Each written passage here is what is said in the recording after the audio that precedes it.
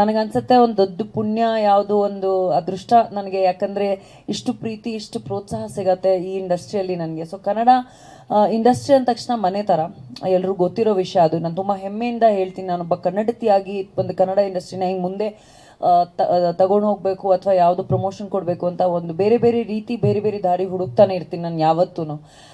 So ಅದೇ ಒಂದು ರೀತಿಯಲ್ಲಿ ಈ ಒಂದು ಕವರ್ ಶೂಟ್ ಮಾಡಿದಾಗ 125th ಎಡಿಷನ್ ಕವರ್ ಮಾಡಬೇಕು ಅಂದರೆ when we discussed it, me and Girish was sitting and discussing it, he's like will plan it on your birthday. ನಾನು ತುಂಬ ಖುಷಿ ಆಯಿತು. Thank you so much Girish for making me feel so special that ಇದು ನನ್ನ birthday edition, ನನ್ನ birthday ಮಂತಕ್ಕೆ ಮಾಡಿದ್ದೀರಾ ನೀವು ಫಸ್ಟ್ಲಿ.